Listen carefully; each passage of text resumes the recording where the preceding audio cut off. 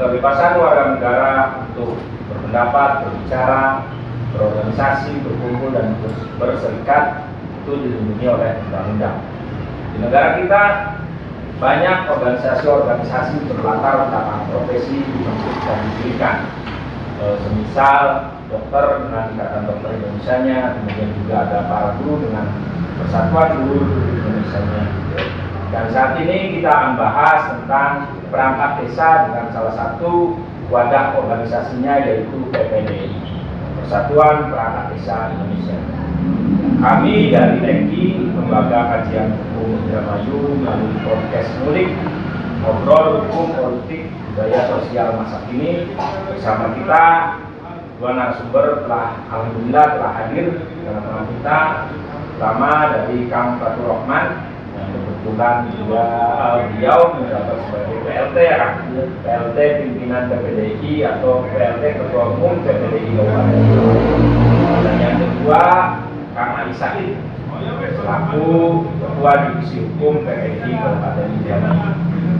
Kali ini kita akan mengulik lebih jauh dan mengenal lebih dekat peran PPDI Kabupaten Indramayu dalam meningkatkan kapasitas SDM maupun meningkatkan profesionalisme perangkat desa di Kabupaten Indramayu.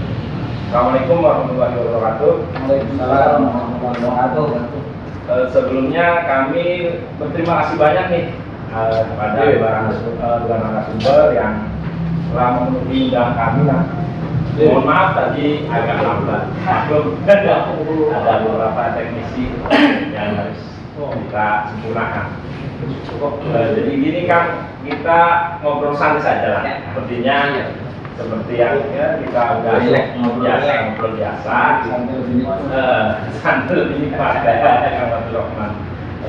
Jadi kan kita bicara tentang keperanatan desa, tentunya tidak lepas dari desanya itu sendiri. Artinya semangat tentang membangun Indonesia dari desa ini kan sudah lama digaungkan ya. Kebetulan undang-undang desa pun sudah diregulasikan secara nasional. Meski banyak pro dan kontranya karena terhitung baru lah istilahnya undang-undang desa itu, karena baru berapa tahun kan? 9 tahun. 9 tahun tentang undang-undang desa, kemudian juga bentuk keseriusan dari pemerintah itu sendiri kan, selain regulasi yang ditetapkan juga anggaran yang menurut kami tidak sedikit tentunya. Berarti ada upaya serius dari pemerintah. Tinggal bagaimana dari mulai segi perangkatnya bisa menyempurnakan regulasi untuk menuju bahwa benar-benar aplikasi tentang regulasi tersebut ternyata direalisasikan. Nah, menurut pandangan dari PPDI sejauh ini perkembangan untuk ke arah profesionalisme perangkat desa itu sejauh ini seperti apa? Mungkin dari Kang Fatur Rahman selaku Ketua PPDI. Terima kasih Kang Nona selaku tim dari Ngulik. Iya. Terima kasih atas undangan kepada kami dari DPD Persatuan Perangkat Desa Indonesia Kabupaten Indramayu lanjutkan ke acara ini karena kompleks ingin menggali lebih jauh terkait dengan perangkat desa di Malaysia khususnya Indonesia. PPDI ini lahir atas dasar pemikiran bahwa kita perangkat desa adalah konon sebagai profesi tertua di Indonesia yang selama ini tidak pernah punya satu wadah untuk menyuarakan aspirasi untuk kemajuan, kesejahteraan dan lain-lain tentang perangkat desa. Dan selama ini perangkat desa terbatas hanya mereka yang dianggap dengan orang-orang tertentu dalam pemerintahan yang notabene dalam tanda kutip waktu itu berhenti ataupun desa berhenti, perangkat desa berhenti. Nah, ya, itu fenomena yang sampai saat ini bisa dilihat. Kemudian muncul ide kreatif dari beberapa kawan perangkat desa yang kalau tidak salah pada tanggal 19 Juli 2006 itu satu organisasi dengan nama Persatuan Perangkat Desa Indonesia. Itu berarti lebih dulu dari lahirnya undang-undang desa. Dan PPDI ini bersama APDSI waktu itu dan Partai Nusantara adalah para pelaku sejarah dalam lahirnya Undang-Undang Desa sampai disahkan 15 Januari tahun 2014. Undang-undang tersebut atau undang-undang itu sendiri menjadi kabar gembira khususnya kami perangkat desa, karena dalam undang-undang itu jelas tertuang bahwa perangkat desa diberikan beberapa keuntungan dengan lahirnya undang-undang tersebut. Dari sisi kemajuan untuk program pemerintah membangun Indonesia dari desa sama tertuang dalam undang-undang tersebut, yang mana peningkatan SDM untuk perangkat desa memang harus diperhatikan. Salah satunya dari segi persyaratan perangkat desa harus SMA. Usia dibatasi antara 20 sampai 42 tahun. Kriterianya apa ya? Yang artinya pemerintah sendiri menginginkan bahwa perangkat desa itu adalah dari sosok-sosok yang produktif di desa-desa tersebut. Sehingga apa yang disampaikan atau apa yang diprogramkan oleh pemerintah, baik dari pemerintah pusat, pemerintah provinsi, dan pemerintah kabupaten, dapat mudah diserap dan diimplementasikan dalam membangun desa di Indonesia. Khusus di Indramayu sendiri, alhamdulillah DPD PPDI dideklarasikan kalau tidak salah 20 Oktober 2020. Antusias kawan-kawan perangkat desa waktu itu alhamdulillah cukup tinggi untuk membentuk PPDI, kemudian membesarkan menjadi satu organisasi yang bisa memberi dampak positif untuk Indramayu secara khusus. Karena di PPDI sudah tidak ada kasut, tidak ada kasih, tidak ada kaos, tidak ada sekdes. Semua anggota PPDI melebur jadi satu. Jadi meskipun di desanya jabatannya beda. Tapi ketika masuk ke PPDI maka melebur atas nama PPDI. Kemudian jadi rumah kami bersama untuk tetap bersinergi membangun Indramayu. Meskipun tetap kami memberikan anggota PPDI hal-hal yang memang sudah menjadi haknya, perlindungan hukum, kesejahteraan, dan peningkatan sumber daya manusia untuk anggota kami. Dari mungkin ada tambahan dari Kang Ali Said sendiri terkait dengan sejauh mana tentang kepedean lah dan penambahan saja tadi, karena memang gimana tingkat profesionalisme perangkat desa di Kabupaten Indramayu. Profesionalisme perangkat desa itu sebetulnya kalau kita lihat di Permen 12 tahun 2016 itu tentang SOTK yang sudah ada turunannya di Pergub Permen 83 tahun 84 tahun 2016 yang sudah ada turunannya di 12 tahun 2016 tentang SOTK struktur organisasi tata kelola pemerintah desa. Itu masih pada tatanan yaitu struktural, bahwa ada 3 KUR, ada 3 KASI, jabatan-jabatannya. Sehingga kalau 3 KUR, 3 KASI, dan 3 KASUN, lalu ada 1 sekretaris desa yang membantu tugas-tugasnya Pak Guru sebagai pimpinan desa. Nah, dalam hal ini pada tahun 2021 kami mendorong Bupati untuk bagaimana kami bekerja secara waktu, sehingga kami harus fokus di dalam kerjaannya itu seperti apa, karena pamong desa atau perangkat desa di Kabupaten Indramayu itu tidak punya jam kerja. Makanya ketika teman-teman dari perangkat desa bekerja itu tidak dibatasi 24 jam atau seperti apa? Bisa 24 jam, bisa jadi hanya balelo, karena posisinya tidak ada aturan main tentang bagaimana perangkat desa itu. Berarti tidak ada. Pada waktu itu memang tidak ada ketentuan tentang berapa durasi bekerjanya dalam hal perangkat desa ini. Kewajiban perangkat desa ini dalam melakukan pelayanan terhadap masyarakat, maka kami mendorong untuk dapat bisa, kami punya kesempatan waktu, maka terbitlah Peraturan Bupati nomor 111 tahun 2021 tentang hari dan jam kerja serta pakaian dinas guru dan bangunan. Nah, salah satu yang mendorong tersebut itu atas nama PPDI.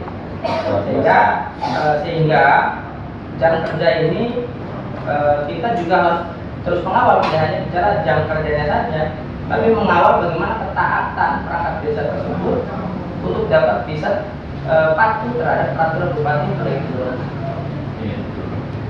Nah, ini yang menarik ya. Artinya memang PPDI ini dibentuk dan juga salah satu dari beberapa organisasi yang mengundang untuk lahirnya undang-undang desa. Artinya di dalam organisasi tersebut bukan hanya PPDI yang mengatasnamakan perangkat desa ini.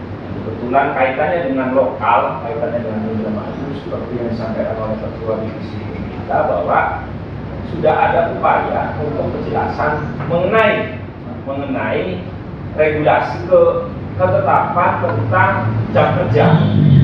Meskipun ya maaf karena pada faktanya banyak sekali yang balai desa itu mungkin kosong di luar kosong di jam-jam kerja gitu kan. Nah, menyikapi demikian dari PPDI itu sejauh mana perannya? Izin Pak Ketua, bahwa untuk menyikapi bahwa tegaknya peraturan bupati tersebut, itu apa di situ di peraturan tersebut kita mendorong bahwa adanya absensi digital. Absensi digital inilah yang pada akhirnya perangkat desa harus dapat bisa masuk setengah 8 pagi, istirahat jam 12 sampai jam 1, lalu masuk kembali jam 1 sampai jam 4. Kalau tidak difasilitasi tentang digital absensi atau coverage area atau face unlock, maka ini akan menjadi ya aturan yang hanya sekedar menguap saja, karena masih banyak oknum yang datang jam 9, pulang jam 11. Terus atau ada yang seolah-olah bahwa itu lebih siang, jam 2 pulangnya ada. Nah, dalam ketentuan tersebut, apakah ada pengawasan dari instansi terkait tentang kedisiplinan pegawai? Entah itu bentuknya pembinaan, entah itu bentuknya monet, itu monitoring evaluasi. Sejauh ini peran dari lembaga-lembaga pembina desa itu sudah efektif atau jalan di tempat? Belum. Oh, dengan alasan? Dengan alasan ya saya kurang paham karena posisinya kan kami mendorong tahun 2022 setelah terbitnya Permen 2021, kami mendorong untuk segera piranti lunak atau haknya itu segera untuk bisa diadakan. Apakah itu di dinas pemberdayaan masyarakat desa ataukah di badan kepegawaian atau di mana, kita mendorong itu atau BKSDM untuk dapat kita punya slot bahwa perangkat desa ini absensinya harus betul-betul tanpa tanda kutip. Masih banyak juga oknum di pemerintah desa itu yang SK-nya siapa, yang bekerja siapa.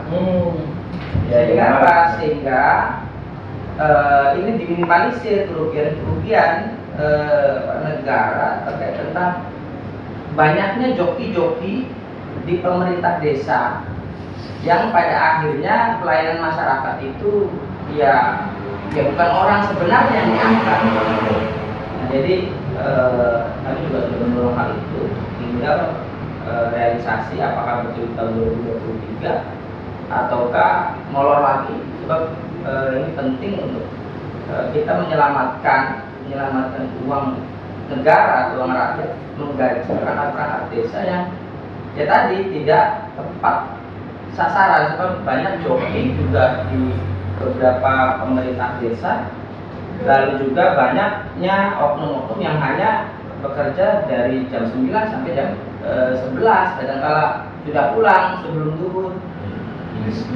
Indisipliner itu ya pengawasannya, dan kita dorong juga bahwa dari ketika face unlock atau coverage area tersebut dari absensi tersebut nanti pihak BPMD itu bisa merekomendasikan apakah sanksi atau bagaimana terhadap perangkat desa tersebut, termasuk Ya. kepala desa.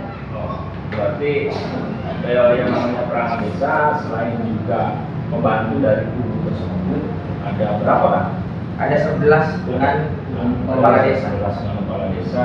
Artinya untuk menuju profesional kan ada upaya yang sedang berjalan untuk menyesuaikan keseriusan pemerintah. Artinya pemerintah selain regulasi yang sudah ditetapkan, kemudian juga anggaran yang besar untuk desa, juga kan harus disandingkan dengan SDM yang berlebih di desanya itu tersebut.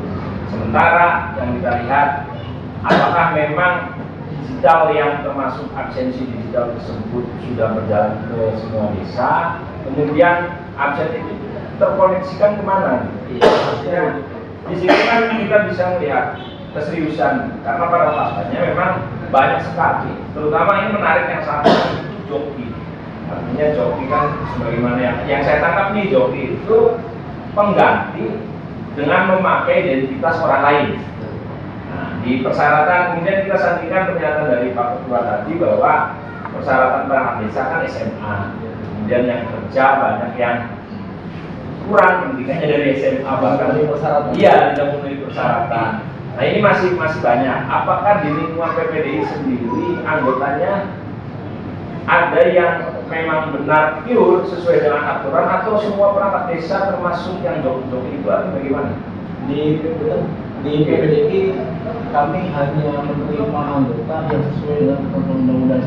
Nah, berarti PPDI ini benar-benar menjadi garda terdepan untuk menjaga marwah keperangkatan desa. Nah ini sangat sangat menarik karena bagaimanapun juga desa melalui perangkat desanya ini pelayan yang paling dekat dengan masyarakat. Masyarakat setiap mau membuat administrasi penduduk pasti melangkah atau pasti mendekati kemudian dengan orang desa. Artinya pelayanan langsung yang diterima yang berjalan pasti melalui desa sendiri. Nah, dalam perjalanannya kita tahu bahwa tadi juga seperti disinggung oleh kita ada kebiasaan atau tradisi di mana ganti kubu juga ganti pamong, dan itu dianggap lumrah. Bisakah dari teman-teman PPDI itu aturan bakunya sebenarnya seperti apa? Kalau dilihat dari sisi hukumnya, sebenarnya di Undang-Undang Nomor 6 itu sudah sangat jelas bahwa jadi kebanyakan kepala desa yang awam terhadap tata kelola atau tidak semuanya ya, artinya ada beberapa yang memang mereka itu hanya menggunakan yaitu pasal 26 di Undang-Undang Nomor 6 tahun 2014, dimana yang sangat membahayakan itu salah dia tidak tuntas dalam membaca ya. Jadi ada di Undang-Undang Nomor 6 tahun 2014 pada pasal 26 ayat 2 di huruf B tepat itu dibunyikan mengangkat dan memberhentikan perangkat desa. Itu kategori bahwa kepala desa berwenang, yaitu mengangkat dan memberhentikan perangkat desa. Ini yang dianggap sebagai alasan saya yang punya kuasa di hak prerogatif ya. Betul, kami menyepakati bahwa itu adalah hak prerogatif kepala desa dalam mengangkat dan memberhentikan perangkat desa. Tapi kalau tuntas itu ada pasal 53 di Undang-Undang Nomor 6 tersebut, yaitu ayat 3 dan ayat 4. Ayat 3 pemberhentian perangkat desa sebagaimana dimaksud dari ayat 1 ditetapkan oleh kepala desa setelah dikonsultasikan dengan camat atas nama bupati atau wali kota. Lalu ayat 4 disitu bunyikan lagi ketentuan lebih lanjut mengenai pemberhentian perangkat desa sebagaimana dimaksud pada ayat 3 tadi diatur dalam peraturan pemerintah. Nah, peraturan pemerintahnya seperti apa? Peraturan pemerintah tentang pengangkatan dan pemberhentian perangkat desa itu diatur dari Permendagri Nomor 67 tahun 2017. Artinya perangkat desa ini sudah sedemikian rupa diatur dalam regulasi, baik pengangkatan maupun pemberhentiannya kan gitu kan. Tetapi kita juga harus menyadari, artinya harus menyadari kenyataan di lapangan banyak yang tidak sesuai dengan aturan tersebut. Nah, peran kita termasuk acara mudik ini adalah mengedukasi ke khalayak bagaimana aturan itu bisa tegak. Sejauh ini dari PPDI, apakah pernah mengadvokasi dari teman-teman PPDI yang tiba-tiba pasca pilgub kepemimpinan punya ganti kemudian dengan sewenang-wenang dalam tanda kutip diberhentikan? Apakah sejauh mana nih teman-teman dari tim advokasi menghadapi hal tersebut? Itu banyak sekali. Kebetulan karena saya ketua advokasi, banyak sekali saya menghadapi dari oknum-oknum kepala desa tersebut yang memberhentikan secara sepihak. Nah, artinya ini sebetulnya tugas dan wewenangnya itu dalam pembinaan dan pengawasannya itu daripada camat. Peran camat sendiri kan? Ya, karena beliau memberikan rekomendasi atas nama bupati atau wali kota. Oh, berarti ada peran Gerbangnya. Oh, iya. Gerbangnya ada sebagai pembina ya, desa. jadi ada di Pak Camat. Nah, makanya sering menghadapi dengan kalau kita sebutkan saja ada beberapa, yaitu pasca pilgub. Kalau yang jelas mah kita yang sudah di pengadilan tata usaha negara mendapatkan kasasi itu ada 2 desa, yaitu desa pertanian kecamatan Bungas itu pemberhentian secara sepihak dan kasasi kita menang. Itu 2 perangkat desa pada akhirnya menang, lalu kita dorong karena hasil dari pengadilan tata usaha negara itu juga tidak serta-merta kepala desa mau mengangkat. Artinya menang di atas kertas. Ya. Oh, terus langkah-langkah yang sudah ditempuh oleh teman-teman PPDI menghadapi atau berkomunikasi dengan Komisi 1, berkomunikasi dengan DPRD, dan hasilnya kan?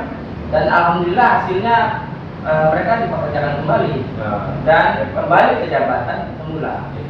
Nah, ini tidak hanya di Bungas Kertamulia, Gabus Wetan saja 8 perangkat desa diberhentikan secara sepihak. Lalu kita uji di pengadilan tata usaha negara sampai kasasi juga kita menang, baik pengadilan Tun Bandung, pengadilan Tun Jakarta sampai juga kasasi atau apalagi kita menang, dan alhamdulillah mereka sudah bekerja kembali 8 perangkat desa tersebut di desa Gabus Wetan.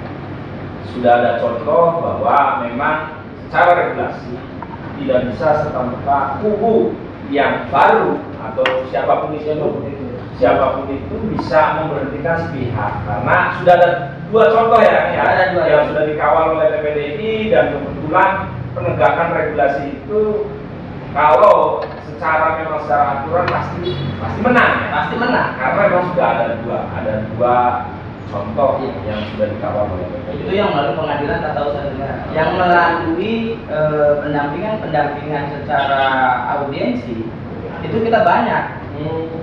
Yang pasca pilgub kemarin itu banyak sekali. Contohnya di desa Google, pemberhentian secara sepihak kita audiensi dengan Pak Camatnya. Lalu kita kebetulan juga ada surat edaran dari Ibu Bupati yang tertanggal 29 November tahun 2021 nomor 140 garis miring 2797 garis miring DPRD tentang pembinaan dan pengawasan penyelenggaraan pemerintah desa. Itu reaksi dari surat dari Menteri tertanggal 2 Maret tahun 2021 bahwa pengangkatan dan pemberhentian perangkat desa itu harus sesuai dengan mekanisme dan beri sanksi ketika tidak sesuai dengan mekanisme tersebut. Di Undang-Undang Nomor 6 jelas bupati bisa memberikan sanksi kepada kepala desa kalau dia menyalahi aturan. Termasuk juga perangkat desa yang dikategorikan dari aturan tidak bisa dong kita memecat begitu saja, harus ada tahapannya. Ada tahapannya. Seperti surat peringatan 1, ya. SP2 dan lain-lain. Berita acara teguran lisan tertulis harus ada. Harus ada. Ya. Jadi teguran lisan itu harus di berita acara, kan tidak hanya sekedar hanya teguran saja. Nah, sementara ini yang diadvokasi atau yang diadvokasi oleh teman-teman PPDI, proses pemecatan itu sepihak atau memang ditempuh dengan cara prosedural yang ditangani PPDI, yang rata-rata ya tidak prosedural pada akhirnya, yang alhamdulillah surat dari bupati tersebut atau ibu bupati, terima kasih ini karena memang saat itu perjuangan untuk bisa bahwa ada surat khusus dari kepala daerah terkait tentang surat yang dari kementerian untuk dapat bisa mengingatkan kepada camat sekabupaten Indramayu bahwa perangkat desa itu hati-hati dalam memberikan rekomendasi pengangkatan maupun pemberhentian. Iya. Kalau tidak ada surat dari kepala daerah, ini dianggap sebagai surat kaleng. Nah, dengan adanya surat dari bupati tersebut, alhamdulillah lebih kondusif. Lebih kondusif itu dalam arti apa? Banyak kepala desa yang menempuh jalur-jalur, yaitu tadi mekanisme. Jadi ada perkembangan positifnya. Betul. Karena bagaimanapun juga regulasi sebagus mungkin tanpa ada realisasi dan pendukung dari perangkat setempat, kita nggak, artinya bisa dikatakan jalan di tempat. Nah, dengan adanya PPDI kan sebagai pendorong dan pengawal regulasi tersebut, yang sebenarnya regulasi yang ada sudah benar-benar melindungi status kepamongan atau keperangkatan desa. Dan di Indramayu sendiri sebetulnya kan ditambahkan ya, Indramayu sendiri sebetulnya pemerintah Kabupaten Indramayu termasuk yang memberikan perhatian khusus sebetulnya dalam hal ini. Dengan turunnya Pergub 30 tahun 2020 itu kan bukti nyata bahwa bupati memang memperhatikan isi undang-undang tersebut tentang perangkat desa. Disusul waktu menjelang Pilgub 2021 itu bupati memberikan salah satu persyaratan untuk calon kubu fakta integritas. Yang isinya setelah terpilih dia bisa memberhentikan perangkat desa. Kecuali, kita bicara tentang perlindungan pamong yang memang tidak diperbolehkan untuk dipecat lah istilahnya, dipecat dengan sewenang-wenang. Nah, adakah regulasi yang mengatur tentang apa sih sebenarnya aturan bakunya pamong tersebut sehingga bisa dipecat gitu? Kita kan tadi kan bicaranya tentang perlindungan supaya jangan dipecat sewenang-wenang. Nah, tentunya kan sebenarnya ada artinya kadang kan kita secara awam juga ketika kubu anyar ya pamongnya anyar sudah mau beli bisa dipecat mohon kan apa? Nah, penjelasan atau edukasi ke masyarakat itu juga pentingnya edukasi yang salah satu program dari Nuri. Menurut hemat dari PPDI tersebut harus disampaikan seperti apa? Karena banyak loh, kita mungkin teman-teman PPDI juga banyak mengadvokasi, tapi kenyataannya juga banyak teman-teman yang dipecat secara sepihak. Nah, untuk mengedukasi ke semuanya, terutama ke masyarakat umum lah, menurut PPDI sendiri itu bagaimana? Nah, ini kalau di wilayah ini sebetulnya Pergub 30 tahun 2020 itu salah satu perumusnya ada di depan saya juga. Karena posisinya Pergub 30 tahun 2020 itu ya perumusnya juga di depan saya ini. Iya, pada waktu itu. Ya, pada waktu itu. Bahkan di dalam Pergub 30 tahun 2020 itu kan akhirnya kita bisa menerobos karena rubahnya kita sama-sama mendorong untuk merubah Pergub 12F tahun 2016 tentang pengangkatan dan pemberhentian perangkat desa. Yang di situ masih belum ada tentang perangkat desa boleh cuti, ada cuti tahunan, cuti hamil, cuti ibadah, cuti juga ada izin sakit. Itu kan perlu sebelum ada undang-undang 2012 itu ya? Bukan, Pergub 12 tahun 2016. Itu akhirnya kita dorong, maka dirubahlah Pergub 30 tahun 2020 yang lebih lengkap. Di dalamnya ada nomor induk pamong desa. Nomor induk pamong desa ini atas respon dari surat menteri bahwa inventarisir perangkat desa itu harus dapat dikirim ke Kementerian Dalam Negeri. Sehingga NIPD itu salah satu cara bahwa yang dibiayai oleh APBD itu adalah yang terregister di DPD, yaitu dengan NIPD, karena SK-nya juga di. Kita sudah sudah panjang lebar meskipun masih banyak pembahasan kan. Tadi kan disampaikan juga bahwa tentang kewajiban pamong desa, kemudian juga advokasi yang sudah diambil oleh PPDI. Nah, berikutnya kita juga ingin tahu di PPDI itu apa saja ya agenda yang akan diselenggarakan.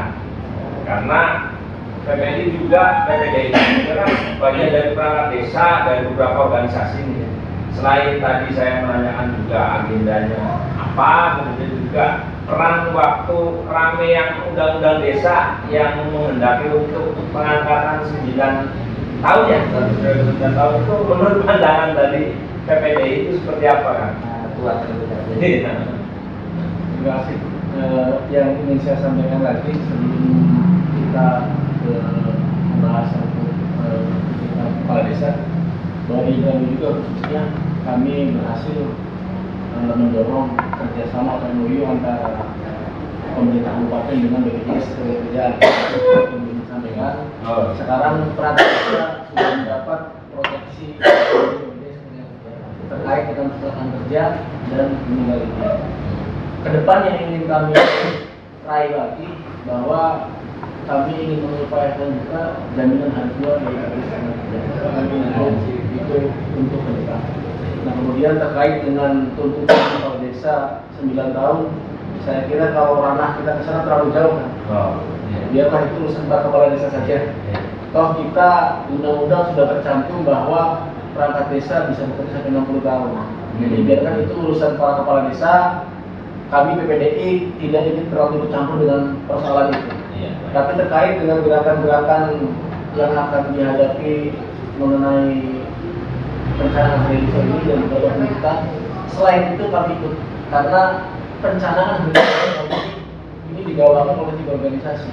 Apa saja itu Pak? Yang pertama APEDNAS, itu Asosiasi DPD se-Indonesia, kemudian APDESI, Asosiasi Pemerintah Desa Indonesia, dan DPR PPDI, Dewan Pengurus Nasional Persatuan Desa, dan kami adalah diantaranya bagian dari DPR PPDI. Itu yang diperjuangkan tentunya 10% APBN untuk desa, kami ikut dengan APDESI juga karena fokusnya bersama-sama. Karena dalam simposium dan dalam Kementerian Kerja pun 3 organisasi ini yang menjadi pionir untuk apa yang akan kita laksanakan rencananya 19 Maret di GBK. 19 Maret? Iya, terkait dengan perencanaan Hari Desa Nasional. Nah, ini mungkin Ya, penambahan saja, karena nanti kita juga akan mengadakan musda. Insya Allah kita tanggal 18 ya. 18 Maret untuk merumuskan kepemimpinan atau kemungkinan karena nanti kita memilih definitif ketua yang definitif dapat bisa dalam masa jabatan 5 tahun. Ya, sangat menarik. Kita kan tahu sendiri bahwa sebenarnya sudah lama juga mencanangkan tentang membangun Indonesia dari pinggiran. Yang kita tafsirkan bahwa pinggiran tersebut adalah desa. Saya pernah membaca sebuah buku yang salah satu kunci sukses orang Jerman itu, mereka nih kan di desa-desa di Jerman sana, orang tuanya itu mewajibkan anak untuk menempuh pendidikan sejauh mungkin keluar desa. Ada yang di Jerman sendiri, di kota-kota besarnya sampai keluar negeri. Tapi anak-anaknya itu diwajibkan untuk setelah dia mengenyam pendidikan tinggi, diwajibkan untuk kembali ke kampungnya, kemudian membangun kampungnya. Yang ahli pemerintahan ditempatkan di desanya, kemudian ahli pertanian juga mengembangkan potensi pertanian di desanya. Artinya apa? Kalau kita kaitkan dengan Indonesia, sebenarnya selaras. Artinya memang kalau kita ingin membangun sebuah negara ya desanya dulu. Tentunya kalau kita bicara keperangkatan desa, maka SDM perangkat desa itu harus sesuai dengan undang-undang, kan gitu. Meskipun kita harus tidak bisa menutup mata bahwa salah satunya yaitu masih banyaknya joki. Artinya yang menjabat di desa bentuk wujudnya siapa, memakai kriteria persyaratannya punya siapa. Kemudian yang kedua juga banyak hak yang dipotong, dan yang ketiga juga problematikanya ini belum bisa ke benar-benar profesionalisme tentang disiplin kerja. Kita banyak lagi desa-desa nggak perlu disebutkan tentang jam-jam kerja, ternyata pelayanan masyarakat sudah setibal desanya banyak pengaduan-pengaduan. Nah, menyikapi kan, ada berarti kan kita tadi sebutkan 3. Pertama, joki ini sejauh mana peran PPDI untuk mengedukasi joki yang saat ini masih menggurita. Kemudian juga adanya isu tentang siltap dibagi bukan hanya ke perangkat desa yang 11 bagian dari 11 itu, ternyata juga ke staf yang lain. Itu mekanismenya seperti apa dari PPDI itu sejauh PPDI memberikan advokasi pada teman-teman perangkat desa. Dan yang ketiga adalah kedisiplinan, mungkin sudah dijelaskan di awal tadi ya. Berarti ada 2, tentang joki juga tentang pemotongan penghasilan utama. Siapa yang menjawab? Saya boleh tambahkan saya. Pertama, menyikapi dengan penghasilan tamu desa yang dibagi dengan staf. Sebetulnya kalau ada pengaduan dari beberapa rekan perangkat desa di desa-desa ke PPDI dan staf atau tamu desa tersebut adalah anggota PPDI, tentu kita akan advokasi sesuai dengan kewajiban kita kepada anggota. Kita sebetulnya sampaikan tadi bahwa desa-desa yang mengangkat staf itu harusnya kan ada mekanisme dulu. Jadi staf itu bisa di-SK-kan atas dasar peraturan desa, di mana desa tersebut membutuhkan pengurangan personil atau level personil. Baru bisa mengangkat staf, sebetulnya itu. Tapi kadang-kadang di beberapa desa atau mungkin sebagian lebih ada semacam malas gigi. Jadi pendukung yang secara mekanisme undang-undang tidak bisa masuk menjadi perangkat desa, Di situ ditempatkan jadi staf. bahasa Indonesia asal mancing lah. Udah pilih penghasilan si kene, bahasa Indonesia begitu. Selagi tidak ada pengaduan ke PPDI dan apalagi mereka bukan anggota PPDI, tapi tidak bisa berbuat baik mengatasi hal itu. Apalagi kalau perangkat desa yang dipotong itu menerima, kita tidak bisa berbuat banyak. Nah, kemudian mengenai joki, dan sudah jelas tadi kami tetap memberikan edukasi karena kami kan tersebar di kecamatan kan di kecamatan PPDI bahwa joki tidak boleh. Joki tidak boleh. Karena PPDI itu tidak menerima panggung yang dijokikan, perangkat dijokikan itu tidak menerima. Berarti PPDI ini steril dari hal-hal tersebut. PPDI harus sesuai dengan undang-undang. Jadi salah satu PPDI itu, dan kami sampaikan ke rekan-rekan intens itu penyampaiannya bahwa betulkan atau bereskan di PPDI serati mungkin bahwa perangkat desa harus A, B, C, D sesuai dengan regulasi.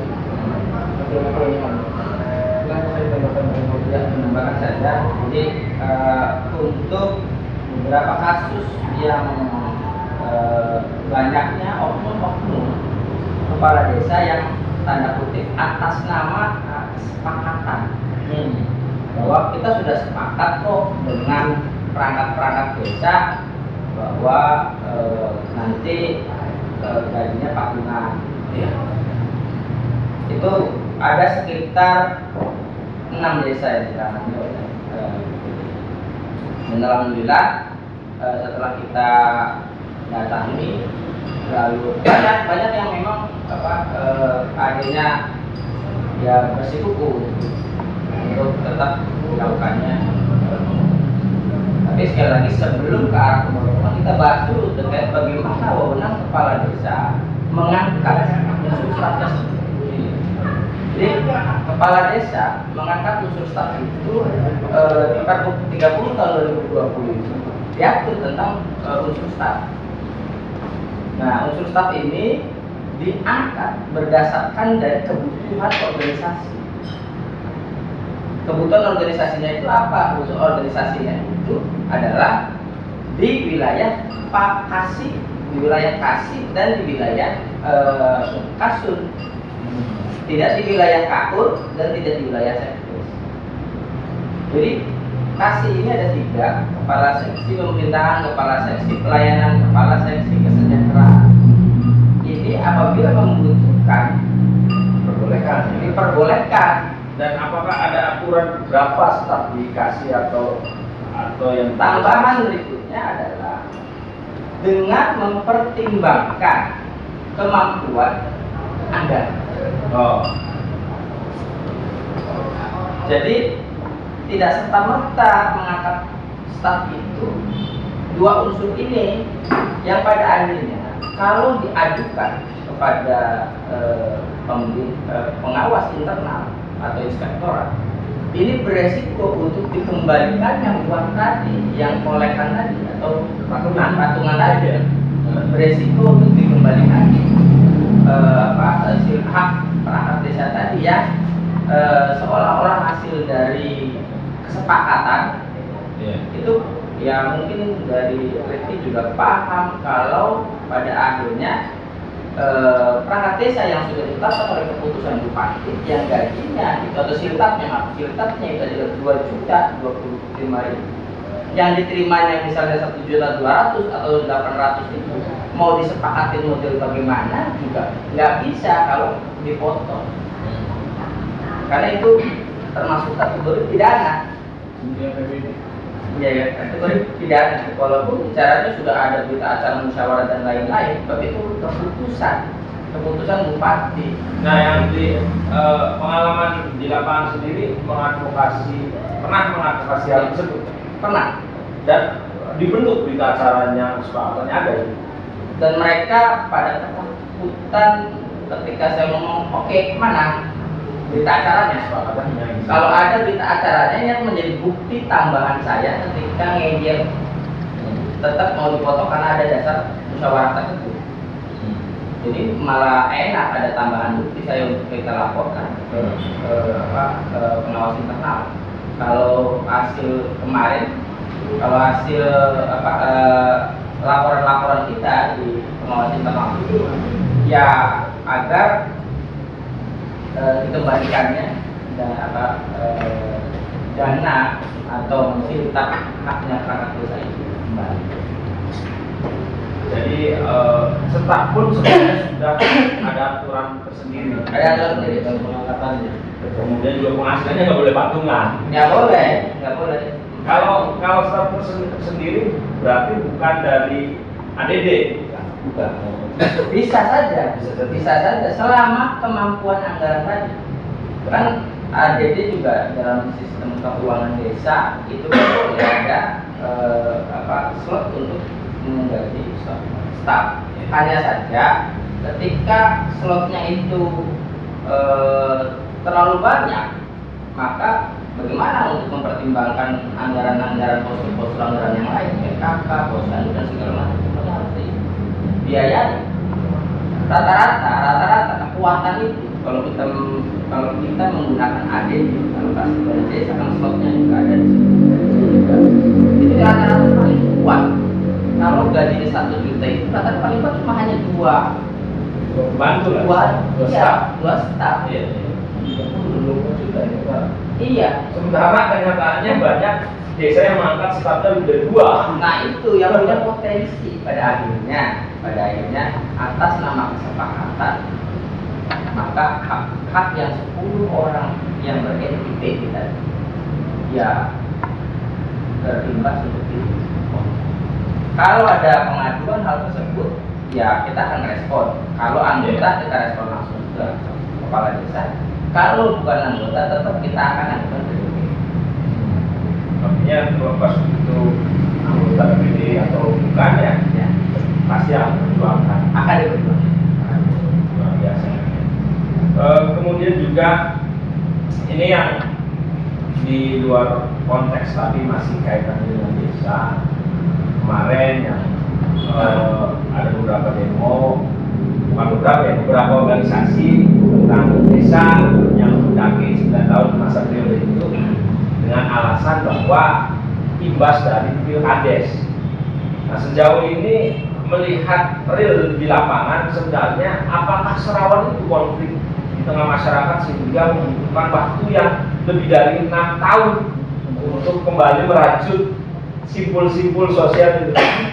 Menurut pandangan dari PPDI tersebut, apakah memang rawan banget gitu? Kalau dari organisasi, ini kita bicara organisasi. Bicara organisasi dikaitkan dengan apa yang dihadapi di lapangan. Kan kalau kita bicara organisasi kan kita bicaranya bagaimana pelayan publik ini dapat bisa menjalankan sesuai dengan ketentuan. Makanya sebetulnya dampaknya memang terasa banget, itu sangat dirasakan. Bahkan satu periode tidak kalah ada saja yang berangsur atau menanggang. Artinya sebetulnya juga nggak panas-panas banget sampai sampai 6 tahun hanya saja memang kan tergantung bagaimana istilahnya nyelondo tidak hanya masyarakatnya saja yang nyelondo ke kepala desa yang baru, tapi kepala desanya juga harus segera mempersatukan mereka dengan banyaknya pertemuan musrek. Itu juga bagian dari atau perkumpulan kelompok tani. Efektif sebenarnya, sangat efektif. Efektif langkah yang dilakukan oleh terpilih sebetulnya menjadi kunci bagaimana konflik yang terjadi atas imbas pemilihan kepala desa itu bisa segera diakhiri. Jadi banyak sebagian kubu yang setelah terpilih mau pemilihan tuh, tadinya pemilihan tuh kan, saya A, Anda B. Sekarang masih jadi kepala desa, sampai ke masyarakat saya. Mari bersama membangun desa. Terus satu itu, kedua, trik kubu dalam melaksanakan amanat presiden, guys. Kebijakan kubu, karena misal di wilayah A ini bukan kubu saya, kubu masuk. Apa keluhan masyarakat sini?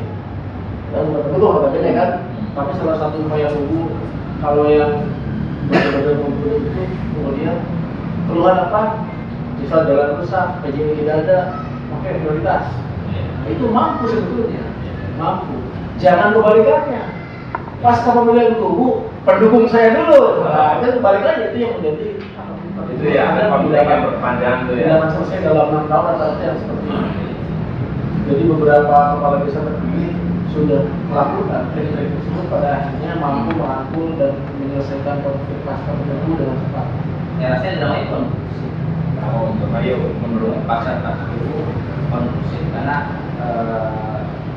Pak Tong kemarin nggak ada acara apa-apa.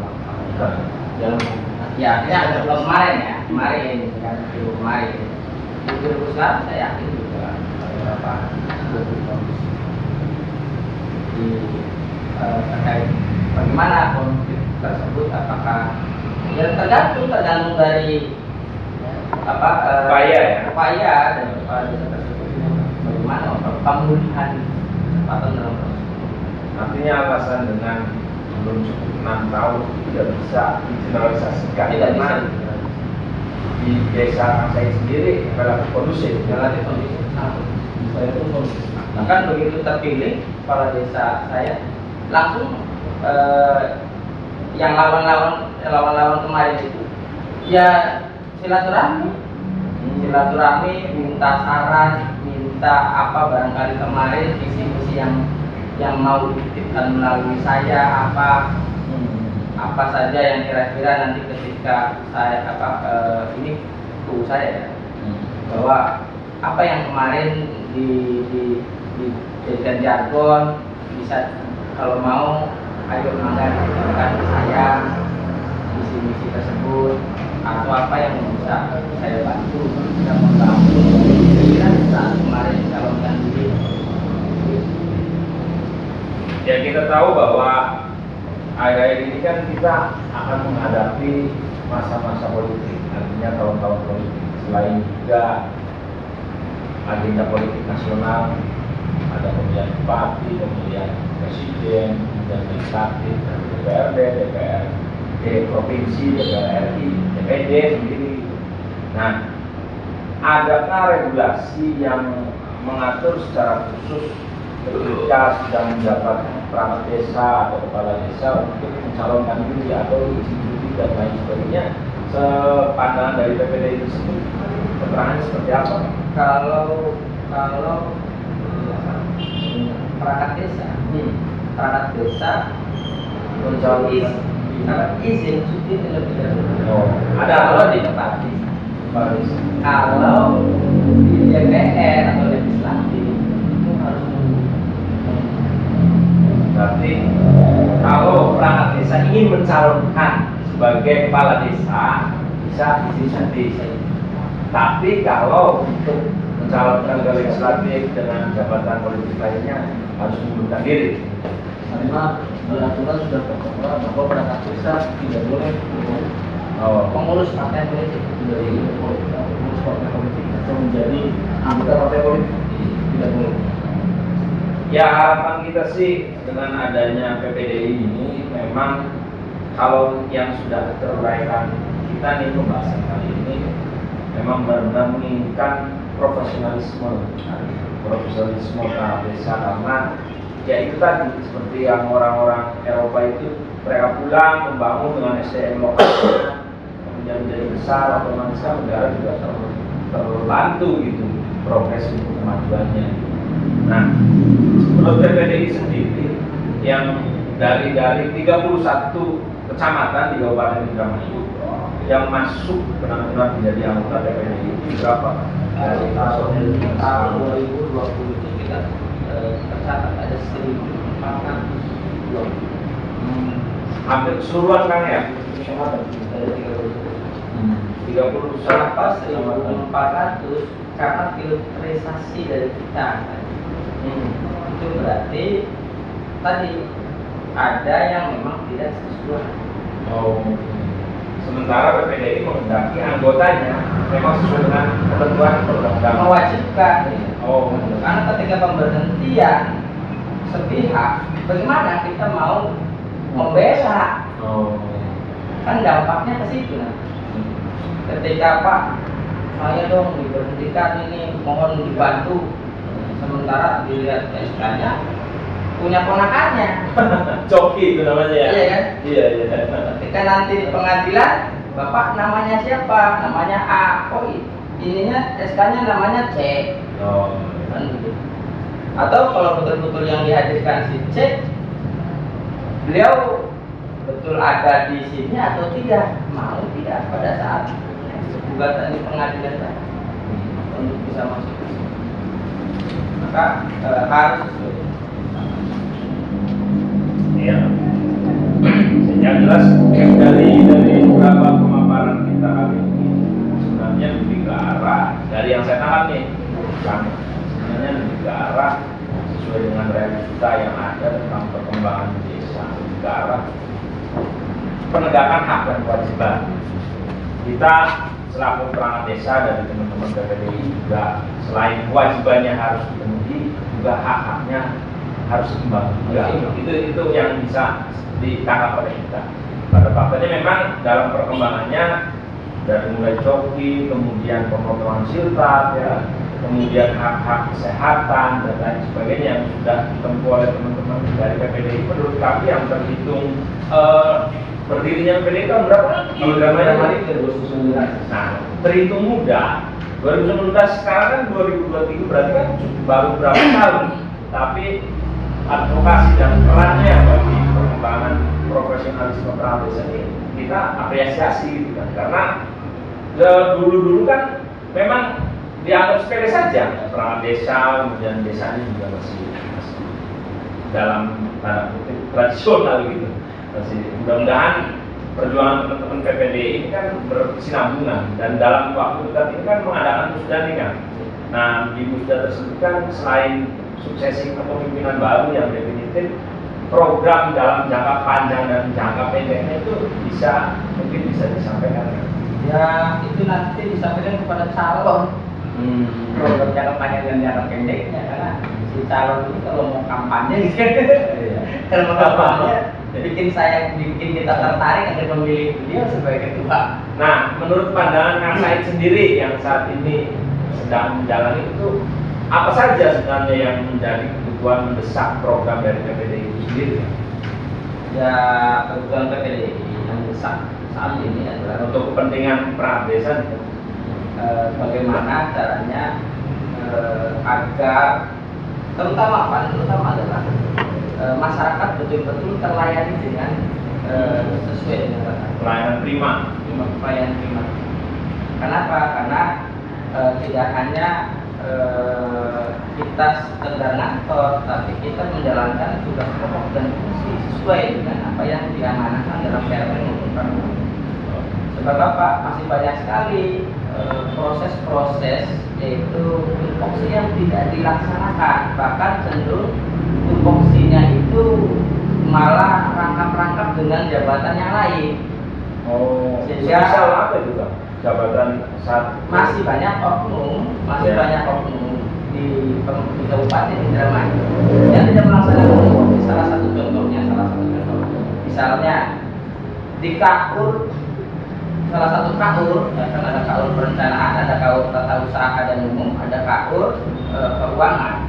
Salah satu KAUR, misalnya KAUR perencanaan, seharusnya dia mampu merencanakan tentang anggaran pendapatan belanja desa, RAPBDes, RKPDes, RPJMDes itu harus yang dikelola. Ibaratnya kalau di kabupaten adalah Bapeda, kalau di tingkat nasional adalah Bappenas. Di tingkat desa ada KAUR perencanaan. Nah, tapi kalau perencanaan ini tidak merencanakan, justru malah kadang-kala jadi tanda kutip, mohon maaf, ini tidak sebenarnya ada masih banyak oknum, yaitu jadi lurah. merangkap ya? Bukan merangkap, tidak melaksanakan. Kalau yang namanya merangkap itu ya itu yang dilaksanakan. Pelaksanaan yang lain juga. Pelaksanaan yang lain juga. Kalau yang ini ditinggalkan pekerjaannya atas dasar perintah bahwa saya disuruh jadi pengamanan atau jadi lurah, ya maka tidak dilaksanakan kegiatannya. Lalu juga banyak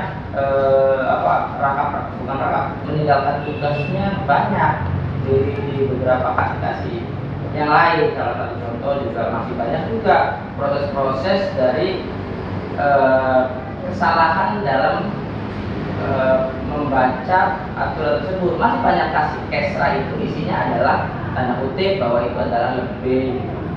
Padahal kasih kesra dalam aturan itu dia sebagai ekonomi pembangunan pada dulunya.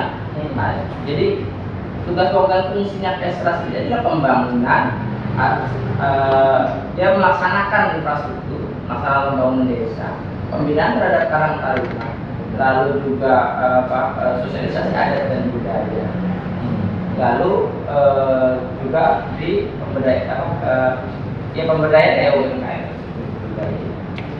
permasalahannya begini Kang, setelah tadi saya jadi teringat dengan di beberapa desa yang menyebutkan KAUR atau KAS itu beda-beda. Ada lambang, ada tua, ada kliwon. Itu sebenarnya selaras tidak dengan aturan-aturan yang sekarang? Atau itu peninggalan kapan gitu sebenarnya? Perpasangan PDI, istilah-istilah itu kan ada dari hak asal usul dari orang desa pada zaman terdahulu. iya. Sampai itu berubah, tidak ada undang-undang. Dan itu berubah istilah itu. Kemudian jabatan-jabatan yang diberikan kepala desa kepada kaum ini tersebut seolah diidentikan dengan jabatan adat itu, seolah diidentikan. Padahal kenyataannya sebetulnya masih banyak desa, seperti saya ambil contoh desa di desa saya, kadang karena satu wilayah jadi penumpukan dari semua pekerjaan, alias perangkat desa ini mewakili dan mengerjakan seluruh tugas dan kewajiban kementerian yang ada di negara ini kan? Iya. Urusan mati ke desa, urusan tadi ke desa, urusan bencana ke desa, maling ke desa, kecelakaan ke desa. Jadi kadang tidak mesti, karena ada tanggung jawab juga. Ada hal-hal sifatnya darurat, bisa siapa saja sebetulnya. Beberapa desa sudah menerapkan soal itu. Tinggal pertanggungjawaban saja. Kayak tadi KAUR perencanaan di desa saya sudah berjalan dengan semestinya. Cuman karena yang menjabat identik dengan adat yang lama itu kan ada apa dulu Iya. KAUR. Jadi karena sekarang KAUR itu punya dirangkap perencanaan bersama, perencanaan itu disinergikan. Jadi lurah itu identikkan dengan menjabat ke KAUR. Jadi bahasa sehari-harinya masih lurah, rasa bumi, lambang. Iya, lambang. Padahal secara pekerjaan memang sudah di tupoksi-tupoksinya Sebenarnya ada regulasi. ada. Tidak semua desa, jadi ada sebagian yang sudah memahami dengan tupoksi tersebut. Ada sebagian yang masih balik. Ada sebagian. Nah, dari yang diuraikan tadi, berarti kan pentingnya pembinaan. Nah, Dari mulai kepatuhan terhadap kerja, kemudian juga ketaatan terhadap tupoksi, kedisiplinan. Desa ini kan, desa ini kan sebenarnya ada tahapan-tahapan dari mulai paling tinggi bupati, ya kan, camat, dan dinas terkait dalam hal ini DPRD. Sejauh ini peran dari pembinaan itu bagaimana kan perkembangan? pembinaannya akan sangat jelas terlihat itu ketika saat itu pasca pilu itu pasti ada peminatan kapasitas perangkat desa. Artinya itu masih sekadar formalitas, masih hanya formalitas atau gimana? Yang pada intinya adalah itu menurut dugaan kami, menurut dugaan kami bahwa itu malah menjembatani bahwa untuk kepala desa yang baru terpilih, mangga perangkat desa yang aktif rata-rata, tidak semua, artinya yang non prosedural itu jadi yang penganyarannya bagi pada dilatih, SKN dikit. gitu, pada dilatih. Tapi mending kalau yang sudah ber-SK, rata-rata yang mereka yang belum ber-SK itu ditugaskan untuk mana? Kira calon anu begitu. Dan lumrah terjadi pasca PKD. Ya, Sudah terjadi. Sudah terjadi. Makanya salah satu yang direncanakan ke depan oleh PPDI, terlepas dari siapapun yang terpilih sebagai kemudian definitif yang akan datang, harapan besar itu kan ada di pundak PPDI. Iya. Karena sekarang itu begini kan, kalau yang kemarin itu PPDI dianggap sebagai organisasi yang punten dianggap akan melawan kepala desa, stigma itu sudah tidak ada sekarang. Karena walaupun tidak formal, kami sudah menjalin komunikasi dengan ketua DPR desa. Artinya harmonisasi dengan kepala desa sudah harus kami jalin untuk masa depan PPDI sendiri. Karena kami harus melakukan edukasi juga kepada perangkat desa. Inilah pentingnya PPDI, inilah fungsi PPDI, inilah PPDI sebagai rumah kita, supaya kita mendapat apa yang kita harapkan PPDI. Dalam arti yang kita harapkan itu, saat kita melaksanakan semua kewajiban kita sebagai perangkat desa, maka hak pembelaan, hak kesejahteraan itu akan PPDI kita. Terlepas dari akan seperti apa PPDI berapa di masa yang akan datang. Karena harapan itu tetap ada kan. Harapan ada itu karena kami mencontoh gini, PPDI kan tidak jadi Indramayu ya. Di beberapa daerah di kabupaten itu banyak PPDI jadi organisasi yang khusus itu kan. Contoh kita ke Lamongan Jawa Timur. Kami kemarin kebetulan ikut Rapimnas tanggal 15 Januari ya. Kami bertemu dengan PPDI se-Indonesia khususnya Pulau Jawa. Ternyata Indramayu itu kalau dibandingkan dengan Jawa Timur itu masih kecil. Di Jawa Timur itu Lamongan itu sudah bisa mempunyai kas PPDI miliaran, sampai di angka 14 miliar. Mekanismenya bagaimana itu? Bisa Satu mereka mampu merekrut anggota banyak, full loyal kepada organisasi, bisa menjadi perangkat desa profesional untuk kemudian organisasi ini hidup. Kemudian mereka punya cara-cara yang bisa mengembangkan organisasi sehingga punya aset yang lumayan besar. Dan mudah-mudahan PPDI Indramayu harus bisa sebetulnya. Siapapun yang akan berbuat dari masa yang akan datang, kita tidak bisa mengamalkan, tidak bisa mengamalkan, itu harus bisa.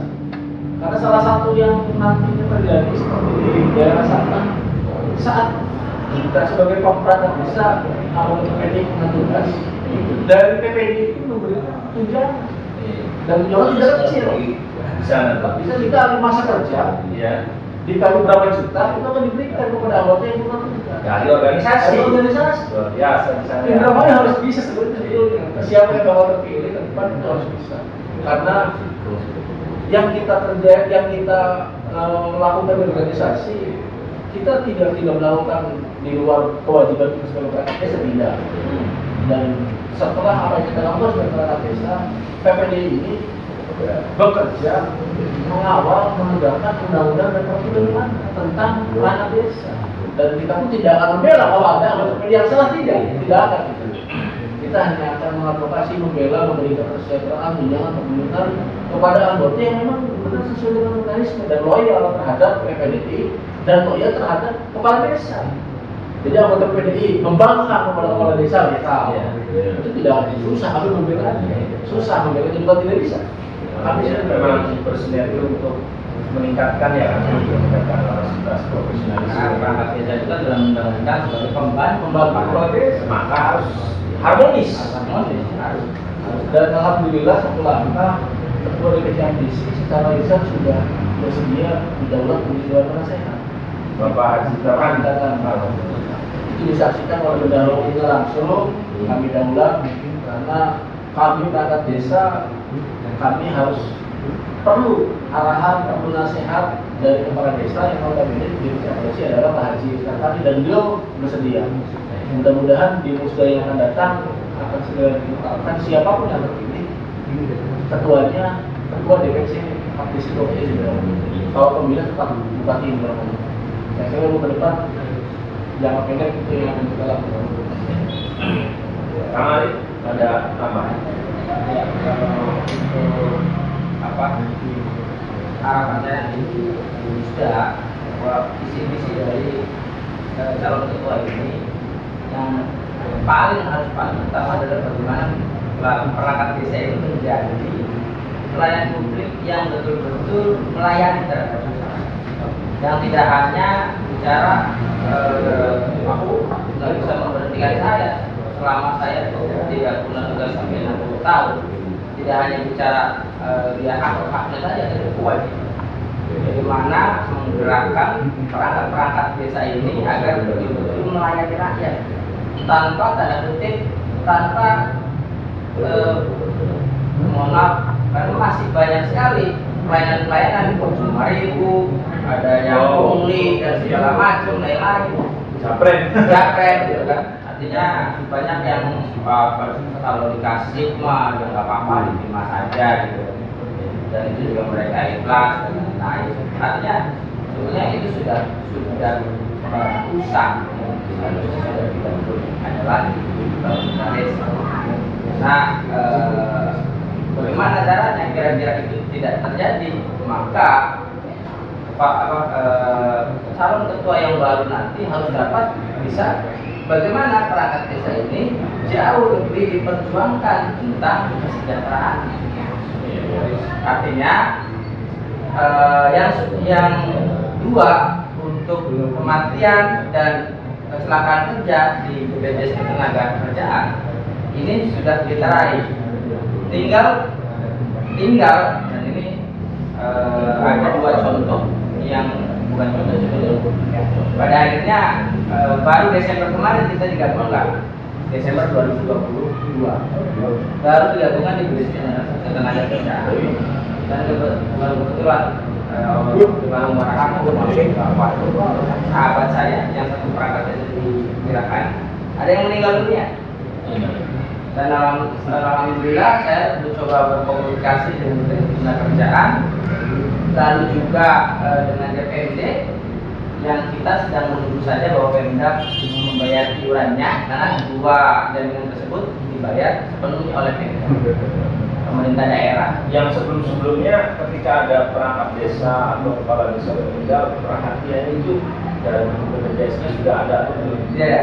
Oh, berarti nanti yang meninggal dunia itu tunai itu 42 juta sebagai santunan terhadap perangkat desa yang sudah akhirnya diberlakukan sekarang.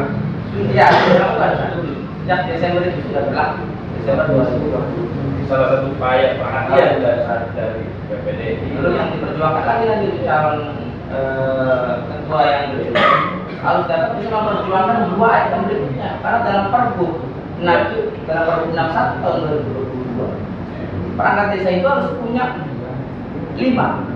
Apa saja kan? BPJS kesehatan sudah kita dari tahun 2017 kesehatan 2017 BPJS kesehatan. lalu jaminan kecelakaan kerja, jaminan kematian, jaminan hari tua, dan jaminan pensiun. Nah, yang sudah tercapai 3 kesehatan, BPJS kesehatan tentunya. Yang 4 ini di BPJS ketenaga kerjaan. Jadi kecelakaan kerja dan kematian ini baru Desember 2020 berlaku dan sudah ada laporan ada 2 yang meninggal dunia perangkat desa. Nah, insya Allah juga kita sedang advokasi untuk dana santunan dari ketenagakerjaannya sudah cair, ya, sudah cair. Nah, tinggal pensiun dan jaminan hari tua. Nah, sehingga apa? Sudah tidak ada lagi alasan perangkat desa untuk melakukan tindakan-tindakan yang mungkin tadi jakret tadi. Sebab apa?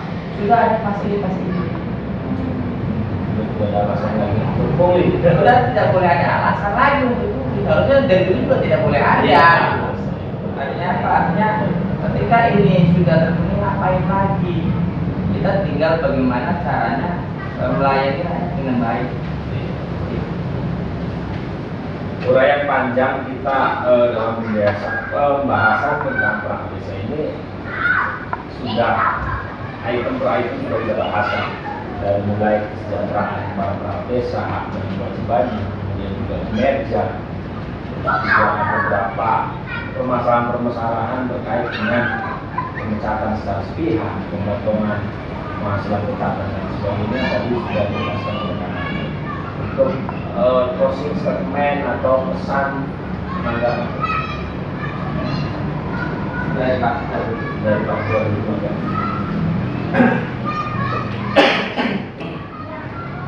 Jadi ke depan kami berharap